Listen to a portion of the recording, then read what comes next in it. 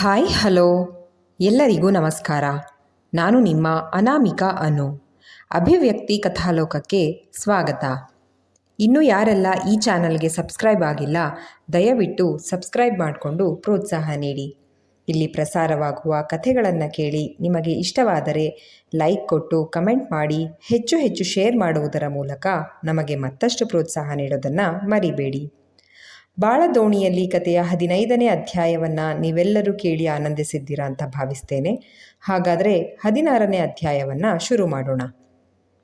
ಕಾಲೇಜಿನ ಬಸ್ಸು ಹತ್ತಿ ಇಳಿಯಬೇಕಾದ ಸ್ಟಾಪ್ನಲ್ಲಿ ಇಳಿದು ನಡ್ಕೊಂಡು ಹೋಗ್ತಾ ಇರುವಾಗ ಬೆನ್ನ ಮೇಲೆ ಹಸ್ತವೊಂದು ಬಿದ್ದಂತಾಗಿ ಜಕ್ಕೆಂದಳು ಗಾಯನ.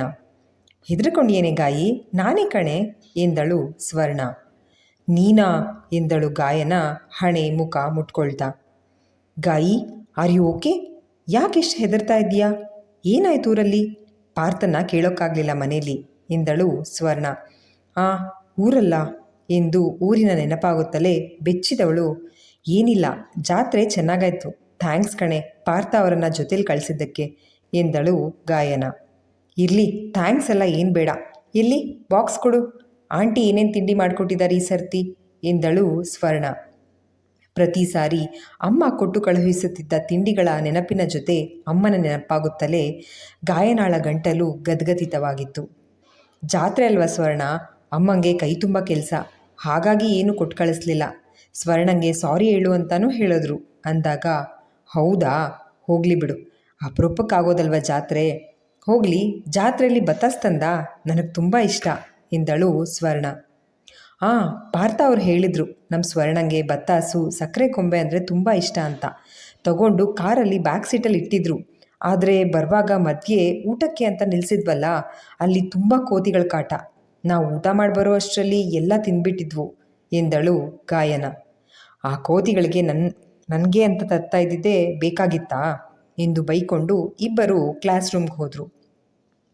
ಪಾರ್ಥ, ಯಾಕೋ ಒಂಥರ ಇದ್ದೀಯಾ? ಎಲ್ಲ ಸರಿ ಇದ್ದಿದ್ರೆ ಇಷ್ಟರಲ್ಲಿ ಹನಿಮೂನ್ಗೆ ಹೋಗ್ಬೇಕಿತ್ತು ನೀನು ಅಂದ ತೇಜ ಗೆಳೆಯನನ್ನು ರೇಗಿಸುವ ಸಲುವಾಗಿ. ತೆಗೆದು ಬಿಟ್ಟ ಅಂದರೆ ಹಪ್ಪಳ ಆಗೋಗ್ಬೇಕು, ಸುಮ್ಮನೆ ಇದ್ರೆ ಸರಿ ಎಂದ ಪಾರ್ಥ ಧ್ವನಿಯಲ್ಲಿ ಬೇಸರ ಇತ್ತು. ನೋಡು ಮಗ, ಆಗೋಗಿರೋದ್ರ ಬಗ್ಗೆ ಯೋಚನೆ ಮಾಡಿ ಪ್ರಯೋಜನ ಇಲ್ಲ. ಅಕ್ಸೆಪ್ಟ್ ದ ರಿಯಾಲಿಟಿ ಅಷ್ಟೇ. ಒಂದು ರೀತಿಲಿ ನಾನು ಕೂಡ ಕಾರಣ ಅದೇ ಅನ್ನೋದೇ ಬೇಜಾರು. ಆದರೆ ನೀನು ಯಾಕೆ ಗಾಯನಕ್ಕೆ ತಾಳಿ ಕಟ್ಟಿದೆ ಅಂತ ಅರ್ಥ ಮಾಡ್ಕೊಳ್ದೇ ಇರೋಷ್ಟು ದಡ್ಡ ಅಲ್ಲ ನಾನು ಅಂದ ತೇಜ. ನೀನು ಯಾಕೋ ಕಾರಣ ಆಗ್ತೀಯಾ? ಪಾರ್ಥ ತೇಜನ ಮಾತು ಅರ್ಥ ಆಗದೆ ಕೇಳಿದ್ದ. ನಾನು ಅಮ್ಮನ ಕರ್ಕೊಂಡು ಬರೋಕೆ ಹೋಗಿದ್ರಿಂದಾನೇ ನೀವಿಬ್ಬರೇ ಉಳಿಯೋ ಹಾಗಾಯಿತು, ಅದರಿಂದಾನೇ ಇಷ್ಟೆಲ್ಲ ಆಗಿದ್ದು ಎಂದ ತೇಜ. ಬಿಡು ಮಗ, ನೀನು ಗಿಲ್ಟ್ ಫೀಲ್ ಮಾಡ್ಕೋಬೇಡ, ಆಗಿದ್ದೆಲ್ಲ ಆಯಿತು ಎಂದ ಪಾರ್ಥ. ಡ್ಯೂಟಿ ಬಂದಿದ್ದರಿಂದ ಆಮೇಲೆ ಸಿಗ್ತೀನಿ ಎಂದು ಹೇಳಿ ಅಲ್ಲಿಂದ ಹೊರಟ. ಎಂಪ್ಲಾಯೀಸ್ ಇಬ್ಬರು ಉತ್ತರ ಭಾರತದವರೇ, ಪಾರ್ಥನಿಗೆ ಪರಿಚಯ ಇದ್ದವರು. ಹೊಸದಾಗಿ ಮದುವೆ ಆಗಿದ್ರೇನೋ. ಕಾರು ಹತ್ತುತ್ತಲೇ ವಿಷಯವನ್ನು ಹೇಳಿದರು. ಇಬ್ಬರು ಹಿಂದಿನ ಸೀಟ್ನಲ್ಲಿ ಪಕ್ಕ ಪಕ್ಕ ಕುಳಿತರು. ಮಿರರ್ನಲ್ಲಿ ಇಬ್ಬರು ಸ್ಪಷ್ಟವಾಗಿ ಕಾಣಿಸ್ತಿದ್ರು. ಪಾರ್ಥನಿಗೆ ಗಾಯನಾಳ ನೆನಪಾಗದೇ ಇರಲಿಲ್ಲ. ಪಾಪ ಹುಡುಗಿ, ಗಿರೀಶ್ನಿಂದ ಬಿಡುಗಡೆ ಸಿಕ್ಕಿ ತಾನೂ ಕೂಡ ಎಲ್ಲರಂತೆ ಚಂದದ ಜೀವನ ಕಟ್ಕೊಳ್ಬೇಕು ಅಂತ ಅದೆಷ್ಟು ಕನಸು ಕಟ್ಕೊಂಡಿದ್ಲು. ಅವಳು ಇಷ್ಟಪಟ್ಟಂತೆ ಆಗಿದ್ರೆ ಇಷ್ಟೊತ್ತಿಗೆ ಗಂಡನ ಮನೆಯಲ್ಲಿ ಹೊಸ ಕುಟುಂಬದ ಜೊತೆ ಇರಬೇಕಾಗಿತ್ತು. ನಾನು ಆಕೆ ಜೀವನದಲ್ಲಿ ಬಂದು ತಾಳಿನೂ ಬಚ್ಚಿಟ್ಕೊಳ್ಳೋ ಅಂಥ ಪರಿಸ್ಥಿತಿ ಎಂದು ಬಹಳ ನೊಂದುಕೊಂಡ. ಪಾರ್ಥ ಏನೋ ಥಿಂಕ್ ಮಾಡ್ತಿದೀಯಾ? ನಮ್ಮ ಜೋಡಿ ಹೇಗಿದೆ ಹೇಳಲೇ ಇಲ್ಲ ಎಂದು ಕೇಳಿದರು ಎಂಪ್ಲಾಯೀಸ್. ಸೂಪರ್ ಸರ್ ಎಂದವನಿಗೆ ಮತ್ತೆ ಗಾಯನ ನೆನಪಾಗಿತ್ತು. ಎಂಪ್ಲಾಯಿಗಳನ್ನು ಡ್ರಾಪ್ ಮಾಡಿ ಪಾರ್ಥನಿಗೆ ಸ್ವೀಟ್ ಬಾಕ್ಸ್ ಕೊಟ್ಟರು ಮದುವೆಯಾದ ಸಂತೋಷಕ್ಕಾಗಿ. ಆಗ ಸ್ವರ್ಣ ಫೋನ್ ಮಾಡಿದ್ಲು. ಪಾರ್ಥ, ಇಲ್ಲೆಲ್ಲ ಹೋಟೆಲ್ ಸ್ಟ್ರೈಕ್ ಇದೆ ಕಣೋ, ಈ ಕಡೆ ಬಂದರೆ ಊಟ ತಂದುಕೊಡು ಎಂದಳು. ಪಾರ್ಥ 2 ಪ್ಲೇಟ್ ಊಟ ಕಟ್ಟಿಸ್ಕೊಂಡು ಕಾಲೇಜಿನ ಕ್ಯಾಂಪಸ್ ಬಳಿ ಹೋಗಿ ಕಾಲ್ ಮಾಡಿ ಕರೆಸ್ಕೊಂಡ. 2 ಊಟ ಏನಕ್ಕೋ, ಗಾಯಿಗೂ ಸೇರಿಸಿ ತಂದಿದ್ದೀಯಾ ಎಂದ ಸ್ವರ್ಣಲ ಧ್ವನಿಯಲ್ಲಿ ಈಗಲೂ ಮೆಚ್ಚುಗೆ ಇತ್ತು. ಹೌದೆಂದು ಹೇಳಿ ಹಿಂದಿರುಗಿದ. ಇಬ್ಬರಿಗೆ 2 ಊಟ ಹೆಚ್ಚೇ ಆಗ್ತಾ ಇತ್ತು. ಅದೇ ಸಮಯಕ್ಕೆ ಸರಿಯಾಗಿ ಅಮೋಘ್ ಎದುರಾಗಿದ್ದರಿಂದ ಸ್ವರ್ಣ ಆಹ್ವಾನಿಸಿದ್ಲು. ಮೂವರು ಒಟ್ಟಿಗೆ ಕುಳಿತರೆ ಗಾಯನ ಮೌನಗೌರಿ. ಸ್ವರ್ಣ ಅಮೋಘ್ ಮಾತುಕತೆ ಮುಂದುವರೆದಿತ್ತು. ಕೇಳಿದ್ರ ಮನೇಲಿ? ಅಮೋಘ್ ಕೇಳಿದ್ದ. ಇಲ್ಲ, ಇವತ್ತು ಕೇಳಿ ನಿಮ್ಗೆ ಹೇಳ್ತೀನಿ ಎಂದಳು ಸ್ವರ್ಣ. ಏನು ಕೇಳೋಕಿರಬಹುದು ಎಂದುಕೊಳ್ಳುತ್ತಲೇ ಊಟ ಮುಂದುವರೆಸಿದಳು ಗಾಯನ. ಬೇಗ ಮಾತಾಡಿ ಹೇಳಿ, ಆಪರ್ಚುನಿಟೀಸ್ ವೆಯ್ಟ್ ಮಾಡಲ್ಲ ಎಂದ ಅಮೋಘ್. ಈ ಬಾರಿ ಕುತೂಹಲ ತಾಳಲಾರದೆ ಏನು ಸ್ವರ್ಣ ಅಂತ ಕೇಳಿದ್ಲು ಗಾಯನ. ನೋಡು ಗಾಯಿ, ನಿನಗೆ ಹೇಳೋದೇ ಮರ್ತಿದ್ದೆ. ಸರ್ ಹೇಳ್ತಿದ್ದಾರೆ ಕಂಪನೀಲಿ ಜಾಬ್ ಕೊಡಿಸ್ತಾರಂತೆ, ವರ್ಕ್ ಮಾಡಿಕೊಂಡೇ ಸ್ಟಡೀಸ್ ಕಂಪ್ಲೀಟ್ ಮಾಡ್ಕೊಳ್ಳೋದಿಕ್ಕೆ ಎಂದಳು ಸ್ವರ್ಣ. ಸರ್, ನನಗೂ ಅಂತ ಕೆಲಸ ಇದ್ರೆ ಕೊಡಿಸಿ ಎಂದಳು ಗಾಯನ ತಟ್ಟನೆ. ನೀನು ಜಾಬ್ ಮಾಡ್ತೀಯಾ ಗಾಯಿ? ಯಾಕೆ ಎಂದಳು ಸ್ವರ್ಣ. ಊರಲ್ಲಿ ಅಪ್ಪಂಗೂ ತುಂಬ ಪ್ರಾಬ್ಲಮ್ಸ್ ಇದೆ, ಹೆಲ್ಪ್ ಆಗಲಿ ಎಂದಳು ಗಾಯನ. ಸರಿ ಸ್ವರ್ಣ, ನೀವು ಮನೇಲಿ ಮಾತಾಡಿ ಹೇಳಿ, ಇಬ್ಬರಿಗೂ ಜಾಬ್ ವ್ಯವಸ್ಥೆ ನಾನು ಮಾಡ್ತೀನಿ ಎಂದ ಅಮೋಘ್ ಊಟ ಮುಗಿಸಿ ಕೈ ತೊಳೆಯೋದಕ್ಕೆ ಹೋದ. ಅಮೋಘ್ ಸರ್ ಹೇಳಿದ ಕೆಲಸ ಸಿಕ್ಕಿದ್ರೆ ಅಡ್ರೆಸ್ ಚೇಂಜ್ ಮಾಡ್ಕೊಳ್ಳೋದಕ್ಕೂ ಹೆಲ್ಪ್ ಆಗುತ್ತೆ, ಪಾರ್ಥ ಅವ್ರಿಗೂ ಹೊರೆ ಕಮ್ಮಿ ಆಗುತ್ತೆ. ಅಮ್ಮ ಭ್ರಮರಾಂಬ ಕಾಪಾಡು ಎಂದು ಬೇಡಿಕೊಂಡಳು ಗಾಯನ.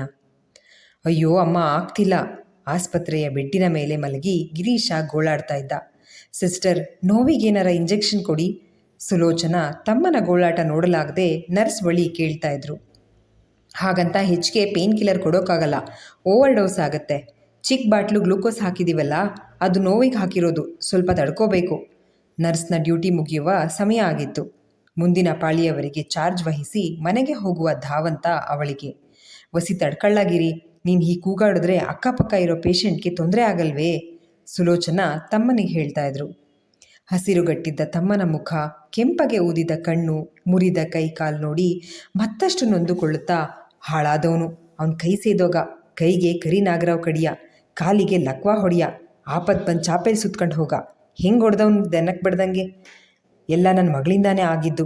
ಹಾಳಾದವಳು, ಯಾಕಾರ ಬೆಂಗಳೂರಿಗೆ ಓದಕ್ಕೆ ಕಳಿಸಿವೋ, ದಾರಿ ತಪ್ಪಿಳು, ಅಲ್ಲಿಂದಾನೇ ಊರಿಗೆ ಜೊತೆ ಮಾಡ್ಕೊಂಡು ಬಂದವಳೆ. ತಮ್ಮನ ಸ್ಥಿತಿ ನೋಡಲಾಗದೆ ಮಗಳಿಗೂ ಪಾರ್ಥನಿಗೂ ಶಪಿಸುತ್ತಿದ್ದರು ಸುಲೋಚನಾ. ದಾಮೋದರ ಮನೆಯಿಂದ ಗಂಜಿ ಕಾಫಿ ತಂದು, ನಿನ್ನ ಮನೆಗೆ ಹೋಗು ಸುಲೋಚನಾ, ಗಿರೀಶನ ಜೊತೆ ನಾನಿರ್ತೀನಿ, ಅಮ್ಮನ ಕೈಲೂ ಆಗಲ್ಲ ಮನೆ ಕೆಲಸ ಎಂದರು. ಮೊಮ್ಮಗಳು ಅಂತ ಆಶೀರ್ವಾದ ಮಾಡಿ ಯಾವನ ಜೊತೆನೋ ಕಳ್ಸೋಕ್ಕಾಗತ್ತೆ, ಮನೆ ಕೆಲಸ ಮಾಡೋಕ್ಕೆ ಮಾತ್ರ ಆಗಲ್ಲ ಅಲ್ವಾ? ನಾನು ಬೇಯಿಸಾಕಿ ತಿಂದು ತಿಂದು ಕೊಬ್ಬಿದ್ದಾರೆ.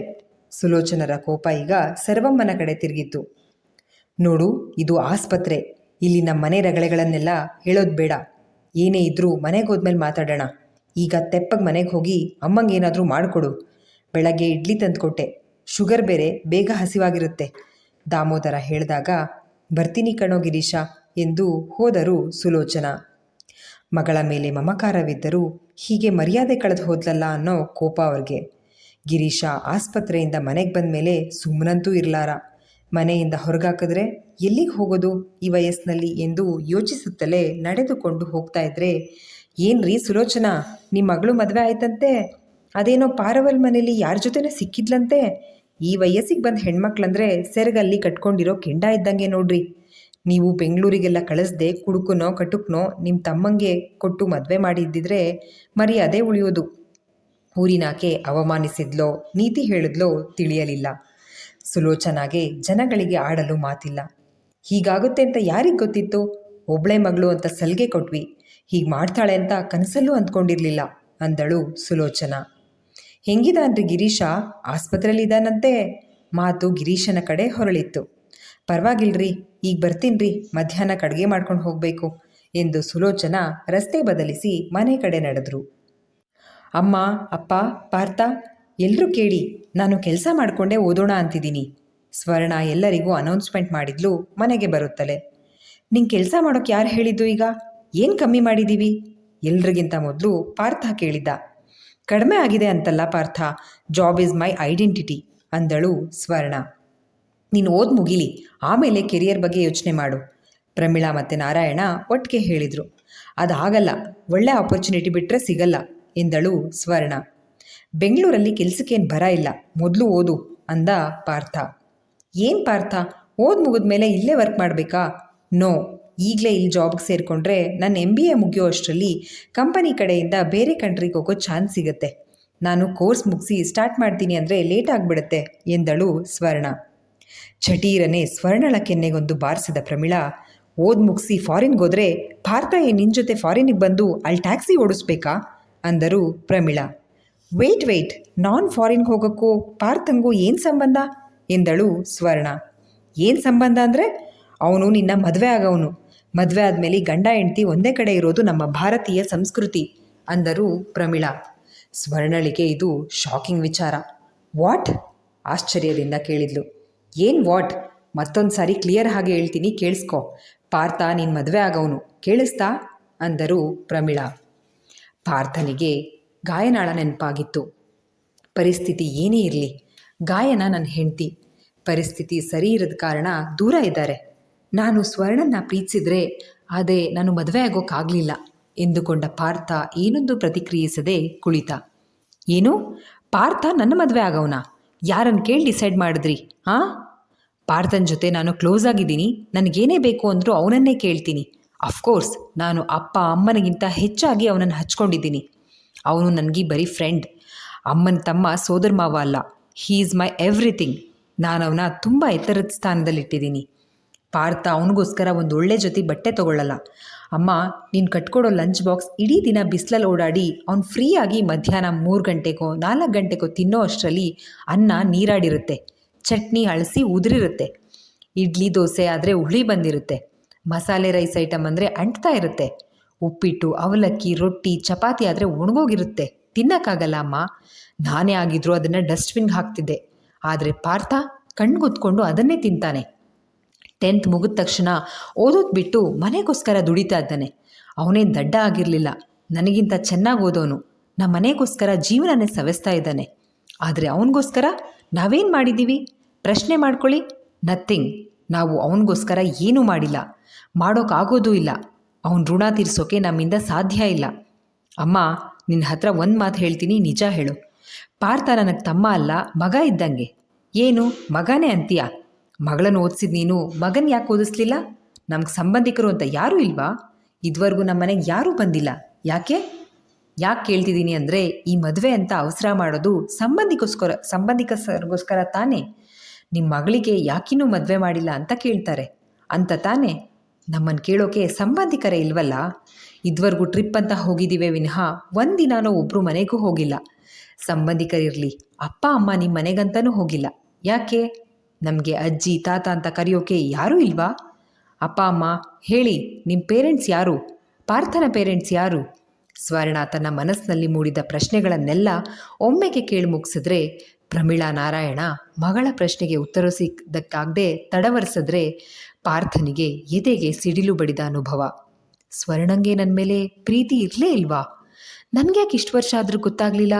ಒನ್ವೇಲವ್ವ ನಂದು.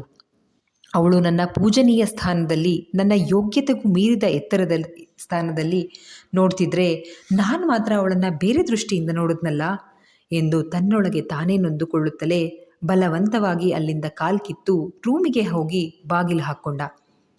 ನಾನಿಲ್ಲಿ ಅಕ್ಕನ ತಮ್ಮ ಅಷ್ಟೇ, ಯಾವುದು ನನ್ನದಲ್ಲ. ನಾನು ಅನಾಥನೆಂಬ ಭಾವ ಬಹುವಾಗಿ